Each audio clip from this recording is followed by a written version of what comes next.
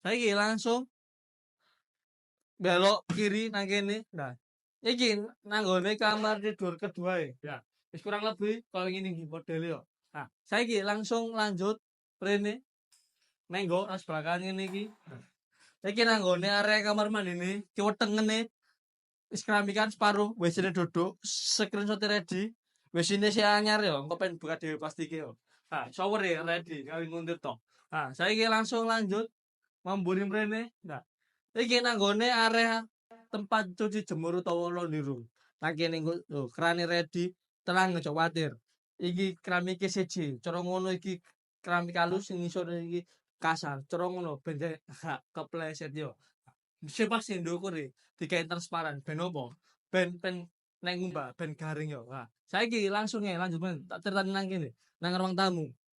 Ojo kuwatir, dapure pen masih nang tengah kene iki. Nang kene iki sono tamenge sisan yo, ben opo? Ben masak iwak asin gak ngaramu ambune yo. Nah, saiki langsung lanjut mrene. Iki mah kok omahe ukurane 5 kali 10 hargane 250 juta.